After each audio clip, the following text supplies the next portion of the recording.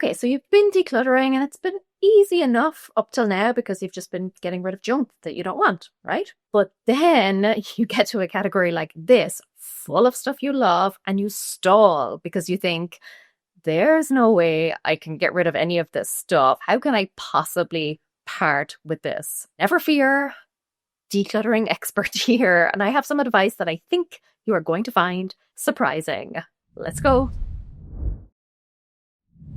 Hi guys, it's Laura, and hands up who has ever hoarded craft supplies. Hobbies make us happy. They are the spice of life. They help us relax and unwind and learn new things and grow and improve. And how can you say no to something like that? Well, I want to share something that honestly changed the game for me when it came to decluttering things that I thought I could never part with. This is day 19 of the Declutter Challenge, clutter-free in 5, where we get big results from small spaces and all in just 5 minutes. The thing that changed the game for me and helped me to let go of so much more than I thought I could was giving myself permission to keep it. Hear me out. One of the hardest things about decluttering is the separation anxiety. It's letting go of something, that detachment.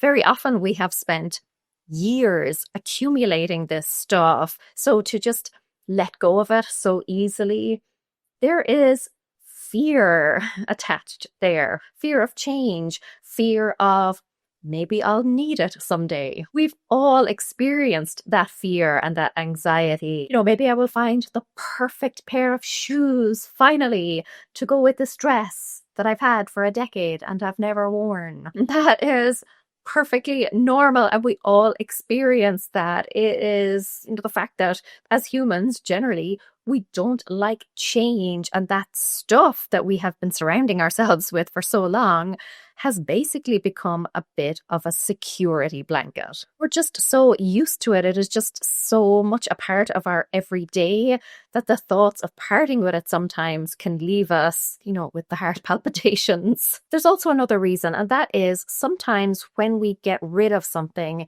it's like having to accept that we made a mistake, that this thing was not right for us, and that we wasted our money, wasted our time, wasted our space. And that can be a hard pill to swallow. Personally, I try to take the mentality that there are no mistakes, just happy accidents and learning opportunities. But it can still be difficult when we have to face up to that fact that, yes, we brought something into our home, maybe paid money for it, spent our time on it, when really we shouldn't have. There is such a thing as confirmation bias. And very briefly, what that is that when you hold a belief, regardless of whether it is true or not, your brain will look for proof to back that up. So when you have something, even if you have never used it, even if you never will use it, your brain will still jump in there and say,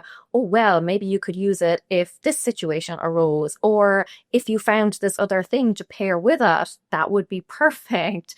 And all of these different situations and types of things. When the reality is that none of that stuff is likely to happen. So be aware of that. It can be hard to let go of things, not because you don't actually need them, but just because we have that separation anxiety and because we don't want to feel like we have spent time and money on something that has turned out not to be good for us or not contributing in a positive way to our lives. So very often when we go into a category like this, we are going in with almost a fear mentality, that separation anxiety, but also this feeling, this assumption that we have to let go of things. That is simply not true. There are some categories, yes, where you will get rid of lots of things, but there will be other categories where you won't get rid of many things at all, if indeed anything. That's not a bad thing, and that's not a failure. All that means is that either that category means something to you and does hold value for you, or there is some other deeply personal reason why you cannot get rid of it, why you're not ready to part with it. It is not a failure on your part at all. So I want you to go into these types of categories with the mentality that It's okay to keep things if you truly love them or genuinely you're just not ready to part with them. You don't have to agonize over these things. If it is truly a wrench, then just keep that stuff. It's okay if you love it or you're not ready to part with it. It's okay if you're not quite there yet. And look, I'm not going to sit here and tell you that if you go in with this mentality that magically you will get rid of lots of stuff. Maybe you will, maybe you won't. I know that the first time that I had this realization, it did help me to part with some things more than I would have otherwise. But there have been other occasions where it has just taken a little bit of time.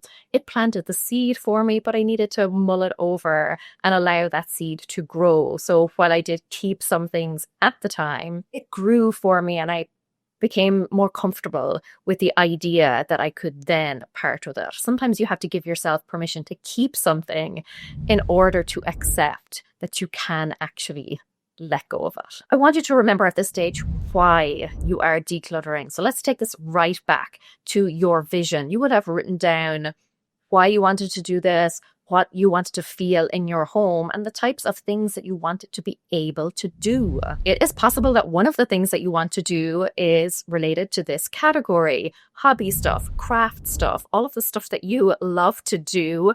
That may be part of your vision. So don't feel that you have to get rid of that stuff. It's all about whether the stuff you are keeping is getting you closer to that vision or taking you further away. In fact, it may very well be the case that this category is the reason that you are decluttering, not in the sense that you want to get rid of it, but in the sense that this is why you want to make space for yourself and clear out other things that are getting in the way. You want to make that space for yourself and that time for yourself to actually focus on this particular thing. As long as you are being honest with yourself about whether you genuinely, deep down, want to keep this thing, as long as you are honest about the role that it plays in your life, about where it fits in with your vision for your life, and also as long as it is easily accessible. You know, it's in a place where when you want it, you can grab it.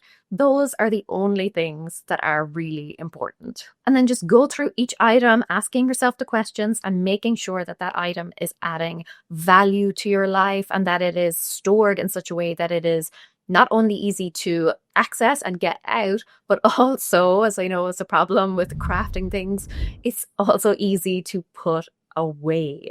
And here then I would like to add an additional question that I think will be really illuminating for you, particularly in this category. What is the true purpose of your hobby? And is each item contributing to that or detracting from that?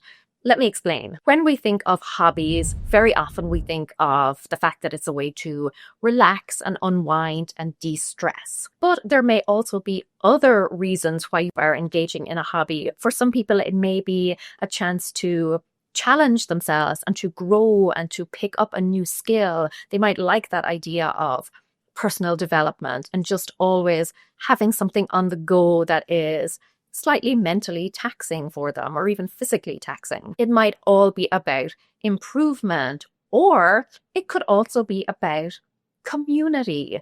Maybe you're engaging in a hobby because it helps you form social interactions and connections with people. Maybe you are doing it as a solo venture, but it is community minded in the sense that you give or donate to your community. So really get down to the true purpose of your hobby, the real root reason that you are doing it, because that can also dictate whether or not an item stays. For example, if you do enjoy knitting and you do it because you like to completely switch off, it just keeps your hands busy while you are maybe watching TV, stops you from scrolling on your phone, things like that. If you do it purely to switch off from the day, you want to completely just do something mindless, then maybe you could get rid of all of those knitting patterns that are really complicated and would really require a lot of focus and attention. If, on the other hand, you are doing it for that reason because you want to be challenged and you really want that focus element, then you would keep those and maybe get rid of all of the easier patterns, the stuff that you have become very familiar with.